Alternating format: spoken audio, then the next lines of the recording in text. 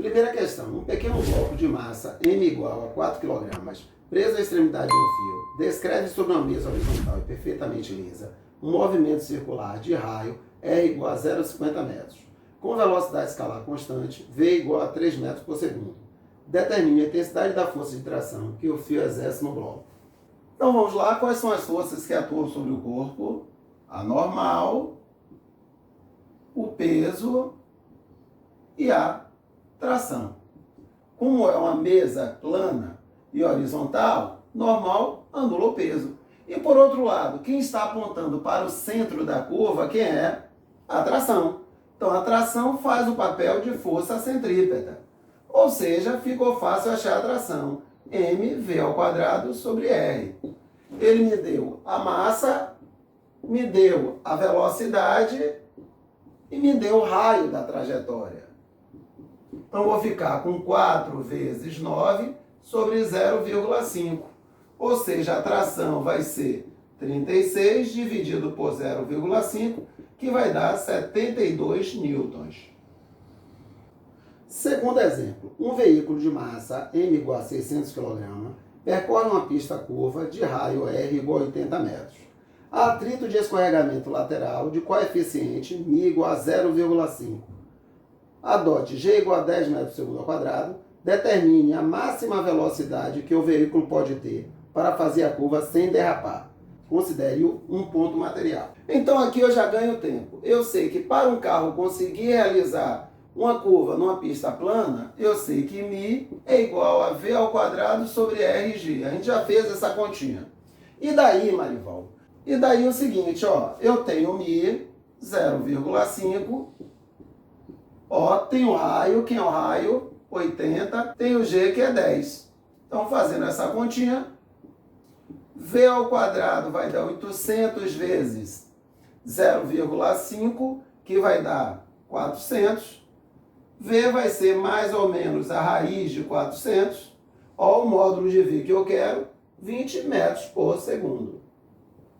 Terceira questão. Um corpo descreve um movimento num plano vertical no interior de uma superfície esférica de raio igual a 2,5 metros. Adote G igual a 10 metros por segundo ao quadrado. Determine a mínima velocidade que o corpo deve ter para não perder o contato com a superfície esférica. Então vamos à resolução. É uma superfície esférica e eu quero saber o valor da velocidade mínima para ele sempre estar em contato com a superfície esférica.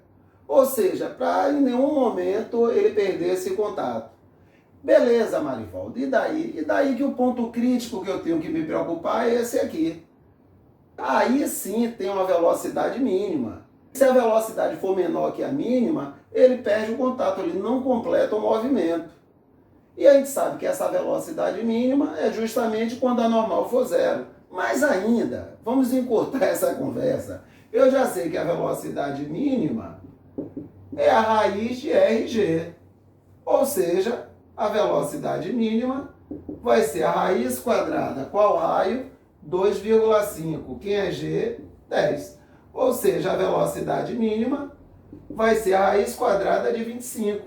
A velocidade mínima vai ser de 5 metros por segundo. Quarto exemplo. O veículo da figura tem peso P igual a 10.000 newtons e passa no ponto inferior da depressão com 54 km por hora. O raio da curva neste ponto é 10 metros. Determine a força de reação da pista no veículo neste ponto. Adote G igual a 10 metros por segundo ao quadrado. Então vamos à resolução. Eu tenho aqui uma depressão que é uma trajetória curvilínea. Então ele só vai conseguir realizar se tiver força centrípeta. Quais são as forças que atuam sobre o carro? Normal, peso. Então, como é que vai ficar a equação? Normal menos peso, mais uma vez, força de mesma direção, sentidos contrários. Eu subtraio, mas tomando cuidado, quem é maior aqui? Normal. Por que eu sei que é maior? Porque é quem está apontando para o centro. Eu sei que o resultado vai me dar força centrípeta, que aponta para o centro. Quem está apontando para o centro? Normal. Então, normal deve ser maior que o peso, já que eu sei que o resultado vai apontar para o centro. Então, normal menos peso igual a força centrípeta. Então, normal menos, quanto é o peso? 10.000. é igual a mv ao quadrado sobre r. Então, normal vai ser igual a 10.000 mais a massa. Qual a massa desse corpo? Se o peso vale 10.000 e g é 10, então, ó, 10.000 dividido por 10 vai dar 1.000. 1.000. A velocidade, 54 km por hora, dividido por 3,6, 15 metros por segundo. Então, 15 ao quadrado dividido pelo raio. Qual o raio da trajetória? 10. Então, normal vai ser 10.000 mais, vamos fazer essa continha? 15 ao quadrado, 225. 225. 1.000 dividido por 10 dá 100. 225 vezes 100 vai dar 22.500. Ou seja, a normal vai ser 32.500 newtons. Quinto exemplo. Um bloco de massa M, preso a uma mola de constante elástica K, descreve um movimento circular uniforme numa mesa lisa, sem atrito, conforme a figura ao lado. A mola, quando não deformada, tem comprimento L. Quando o bloco gira com velocidade angular ômega, o raio da trajetória é R. Nessas condições, pede-se, letra A, o esquema das forças que atuam no bloco.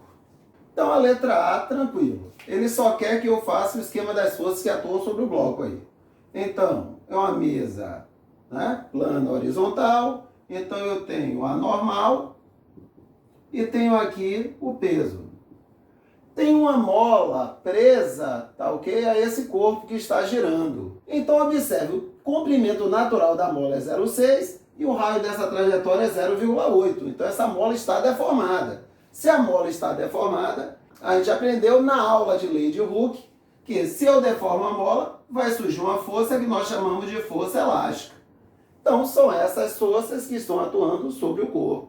E aqui já fica claro para a gente quem vai fazer o papel de força centrípeta. Quem é que vai estar apontando para o centro da trajetória? É a força elástica.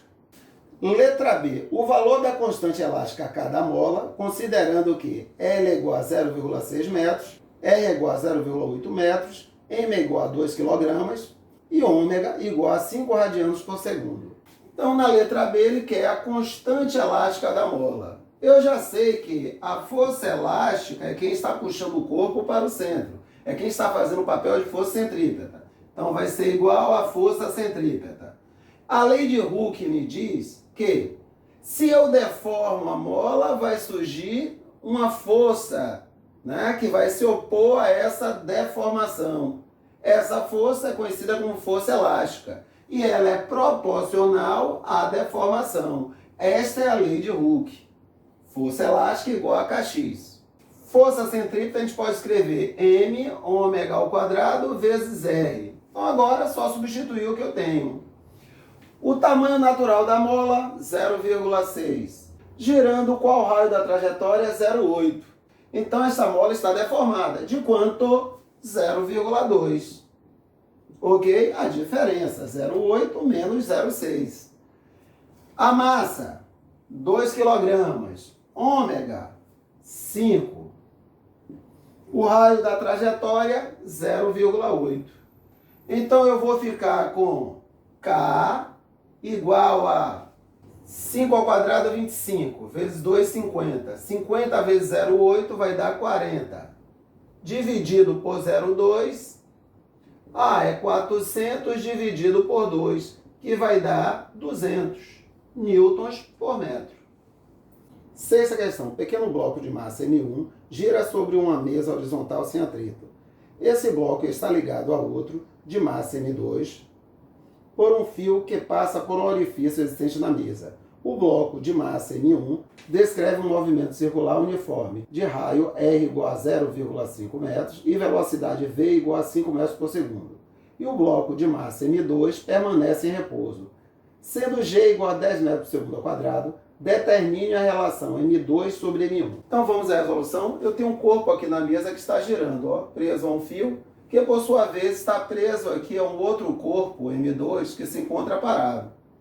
Eu quero saber o seguinte: qual a relação M2 sobre M1? eu quero saber o seguinte, qual o valor de M2 dividido por M1? Então vamos nessa. Como o bloco 2 está parado, vamos começar analisando por ele aqui. Quais são as forças que atuam sobre ele? Tração e peso. Como ele está parado, não está subindo nem descendo, essas forças se anulam. Então eu já sei o valor da tração. É o peso do bloco 2. Ou seja, a tração é M2 vezes G. Por outro lado, quais são as forças que atuam sobre o bloco 1? Vamos ver, é uma mesa horizontal, não é isso? Então, normal, peso e tração. Ó, uma mesa plana horizontal, normal, peso, se anula. Esse corpo não vai nem subir, nem descer. Sobrou quem? Tração. Que faz o papel de quê, pessoal? Faz o papel de força centrípeta. É ela que está puxando o corpo para o centro da trajetória. Então, sendo assim, eu vou ficar com tração igual a força centrípeta, que é igual a mv ao quadrado sobre r. Lembrando aqui que é o corpo 1. Então, mas eu já tinha encontrado o valor da tração. M2G vai ser igual a M1V ao quadrado sobre R. Vamos substituir o que a gente tem. A gente sabe que G vale 10, M1 eu não sei, a velocidade ele me deu 5. Então, 5 ao quadrado, o raio da trajetória 0,5. Então, eu achei aqui 10 M2 é igual 5 ao quadrado, 25. 25 dividido por 0,5 vai dar 50. Então, observe o que eu vou fazer. M1 está multiplicando, vou trazer para cá dividindo. Então, M2 sobre M1. O que foi que ficou lá? 50. E o 10 que está multiplicando aqui vai passar para lá dividindo. Então, M2 sobre M1, que é o que ele me perguntou, vai dar 5. Sétimo exemplo. Um veículo de 1.000 kg percorre com velocidade de 90 km por hora uma curva de raio R igual a 100 metros. A estrada é sobrelevada, isto é, sua margem externa é mais elevada em relação à margem interna. Adote G igual a 10 metros por segundo ao quadrado, determine a tangente do ângulo de sobrelevação θ da pista para que a segurança do veículo na curva não dependa do atrito. Então a vantagem de resolver um problema genericamente é justamente isso. Depois que a gente analisa cuidadosamente, na hora de aplicar, tranquilo, é uma pista sobrelevada. Eu sei que para que o corpo consiga realizar a curva sem depender do atrito, é preciso que a tangente do ângulo de inclinação da pista seja igual a V ao quadrado sobre RG. Ou seja, simplesmente eu vou aplicar a fórmula. A tangente de θ, a velocidade do carro, 90 km por hora, que transformando para metros por segundo, ou seja, dividido por 3,6, vai dar 25 metros por segundo. Então, 25 ao quadrado sobre o raio da pista, 100 metros, e G, 10. Então, eu vou ficar com 625 dividido por 1.000. Ou seja, a tangente do ângulo de sobrelevação da pista tem que ser 0,625. Oitavo exemplo. Considere um cilindro vertical de raio R igual a 4 metros, girando em torno de seu eixo. Uma pessoa no seu interior está encostada na parede interna. O coeficiente de atrito entre sua roupa e a parede do cilindro é 0,5. O cilindro começa a girar e quando a velocidade angular atinge determinado valor, o piso horizontal do cilindro é retirado e a pessoa não escorrega verticalmente. Esse aparelho existe em parques de diversões e é conhecido por rotor. Adote G igual a 10 metros por segundo ao quadrado, determine o menor valor da velocidade angular, ω0, para ocorrer o fenômeno descrito. Então aqui vamos relembrar o rotor. Então, é um brinquedo que basicamente é um cilindro, a pessoa entra no cilindro, ele começa a girar. Quando o cilindro atinge uma determinada velocidade angular, ω0, o piso é retirado e a pessoa não cai. Então, ele quer saber a velocidade mínima para isso acontecer. Então, relembrando, quais são as forças que atuam sobre o corpo? Força de atrito, peso, normal, Como ele não sobe nem desce, posso dizer que a força de atrito é igual ao peso. Ou seja, normal vezes μ é igual a mg. Ou seja, normal é mg dividido por μ. Vamos guardar esse resultado? Quem está puxando para o centro da trajetória circular? A normal. Então, normal faz o papel de força centrípeta. Ou seja, mg sobre μ é igual a m ômega ao quadrado vezes r. A massa vai embora, então vou ficar com ômega ao quadrado é igual a g sobre μ. R está multiplicando, vem para cá, dividindo. Então, o ômega vai ser raiz quadrada de g sobre μ vezes o raio. Ou seja, raiz de 10 dividido por μ é 0,5 e o raio é 4. Ou seja, ômega vai ser a raiz de 10 dividido por 2. Ou seja, ômega vai ser igual a raiz de 5 radianos por segundo. Ou, se preferir, ômega é aproximadamente 2,24 radianos por segundo. Nono exemplo. Uma pedra de 3 newtons de peso, amarrada a um cordel de 2,5 metros de comprimento, descreve uma circunferência horizontal de 2 metros de raio. O cordel fixo em uma das extremidades gera uma superfície cônica. Determine, letra A, a intensidade da força de tração do fio, em newtons. Letra B, a frequência F de rotação em hertz. Use G igual a 10 metros por segundo ao quadrado. Então vamos lá, eu tenho aí o pêndulo cônico. Quais são as forças que atuam sobre essa massa aqui? O peso e a tração. Eu não sei esse ângulo aqui, ok? Eu sei o raio, mas não sei o ângulo aqui de deflexão. Mas, se eu decompor a tração, eu vou ficar aqui com TY e vou ficar aqui com TX. Eu sei, que eu tenho duas retas paralelas cortadas por uma transversal. Então, os ângulos alternos e internos são iguais. E daí, Marivaldo? E daí que eu sei que TY mais TX vai dar quem? T. Marivaldo, você já fez essas contas? Só relembrando. Sem problema. Eu sei que esse ângulo é θ. Vamos ver quem é o seno de θ? É o cateto oposto, TX, sobre a hipotenusa, T. Então, TX é igual a T vezes o seno do ângulo. E o cosseno de θ vai ser o cateto adjacente, TY, sobre a hipotenusa, que é T. Então, TY é igual a quem? É igual a T vezes o cosseno do ângulo. Então, vamos ver se essa informação me ajuda. Nesta direção, esse corpo vai subir ou vai descer? Não. Então, TY é igual ao peso. Então, eu já posso responder a letra A. TY tem o mesmo valor do peso. Mas quem é TY? É T vezes o cosseno do ângulo. E o peso eu sei. O peso, 3 newtons. Então a tração corresponde a 3 dividido pelo cosseno de θ. Sim, Marivaldo, você se complicou que você não tem o cosseno de θ.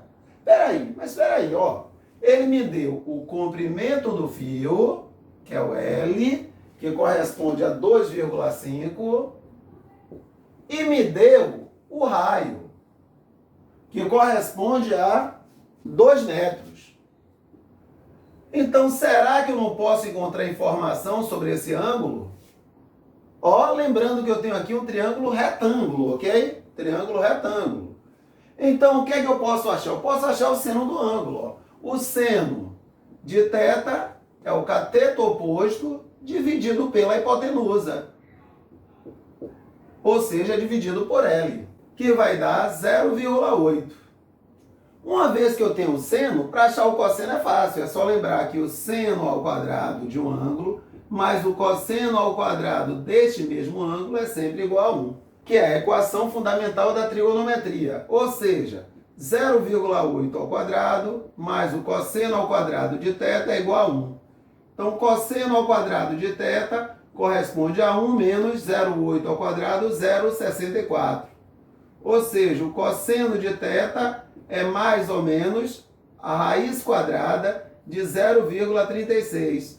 Ou seja, o cosseno de θ é mais ou menos 0,6. Como a gente está trabalhando com um ângulo que eu sei que é inferior a 90 graus, eu sei que esse cosseno é positivo. Então, o cosseno do ângulo que eu quero é 0,6. Sendo assim, 3 dividido por 0,6 é o mesmo que 30 dividido por 6, ou seja, 5 newtons. Agora, a letra B, ele quer a frequência. Eu sei que Tx faz o papel de força centrípeta, não é isso? Então, eu sei que Tx é T vezes o seno do ângulo. E força centrípeta, mv ao quadrado sobre r. A tração eu já achei que é 5. O seno do ângulo eu já achei que é 0,8. A massa do corpo, se o peso corresponde a 3 newtons, como o G é 10, então quer dizer que a massa corresponde a 0,3, ok? 3 newtons dividido por 10, que é a aceleração da gravidade. V ao quadrado sobre R. Qual o raio da trajetória? 2. Então eu vou ficar com 0,3 V ao quadrado corresponde a 5 vezes 2, 10, vezes 0,8, 8. Então, V ao quadrado é igual a 8 dividido por 0,3, ou seja, a velocidade desse corpo corresponde a mais ou menos a raiz quadrada de 8 dividido por 0,3. Ou seja, o módulo da velocidade deste corpo é aproximadamente 5,17 metros por segundo. Mas, por outro lado, como eu sei que o pêndulo realiza um movimento circular uniforme, então eu sei que a velocidade dele é dada por 2π vezes o raio vezes a frequência. Ou seja, V é igual a 2 vezes 3,14 vezes 2 vezes a frequência. Ou seja, 12,56 vezes a frequência. E daí, Marivaldo? Então, se 12,56 vezes a frequência corresponde a 5,17, então a frequência vai ser 5,17 dividido por 12,56. Isso vai dar aproximadamente 0,4 Hz. Aí alguém poderia questionar: pô, Marivaldo, você não sabe que o período é 2π raiz de L sobre G? Sei. Então você não poderia usar essa equação para achar o período e depois encontrar o inverso do período, que é a frequência? Não. Não, por quê? Para chegar a essa equação, a gente fez uma aproximação. Fez o seno θ aproximadamente igual a tangente θ. E isso a gente só faz para ângulos pequenos. Em algum momento na questão, ele afirmou que o ângulo era pequeno, que o ângulo de deflexão do pêndulo era pequeno? Não. Então eu não posso usar essa equação. Por isso que realmente eu tive que fazer toda essa conta aí.